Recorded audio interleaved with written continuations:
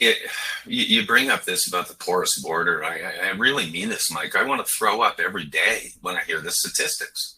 We could have an entire show just on the fentanyl pouring across the border. The United States government right now in Washington, D.C., they're the best buddies, Mike. They're the best buddies of the cartel, proverbially.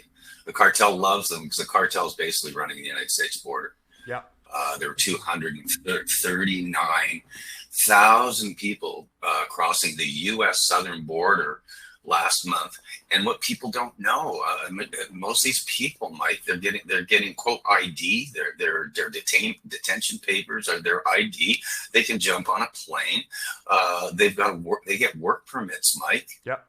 And that makes sense if it's a legitimate immigration process, because the country was born and raised on immigration, wonderful immigrants. But it is absolutely awful.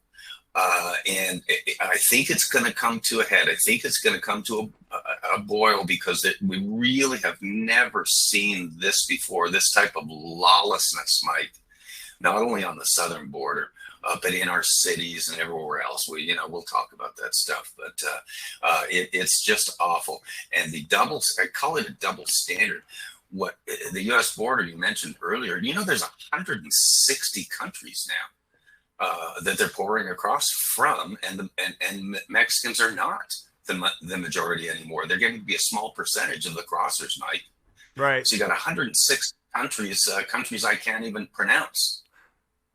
Right. And you know what the other thing is too, like, I mean, a lot of these people are, a lot of them are not bad people. I would wager the vast majority, but you have people, it's been pointed out before, that are basically shopping for welfare and a better life. I mean, Guatemala, Nicaragua, there's parts of these countries that are basically a violent kleptocracy run by military strongman. Has been that way for a long time. I don't think it's going to change in the foreseeable future, but the bottom line is that they're being taken advantage of for votes. Meanwhile, they're like a parasite, whether they know it or not, starving out the host. And the other thing too is that America has been weakened, I think, largely due to a segment of the population that is weakening the country, and not just Democrats, but people and how they live their lives in their homes.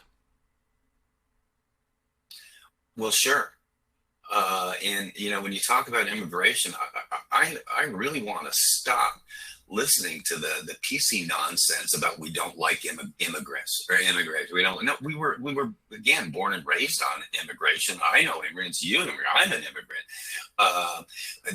When you say that the majority of them are nice people, there's no question at all. Yeah. And I don't think there's a question on the southern border or the Canadian border, because again, the double standard what Canadians have to go through is just insane, Mike. But I don't think there's no reasonable person that I know that says they don't like immigrants. But what we are concerned about is here's an example. A couple of weeks ago, it was determined that there were 46 people on the terror watch list. These are true suspected terrorists, Mike, and they're coming from, again, all 160 different countries. But 46 of them that were released in the United States, and the government doesn't know where they are. Right.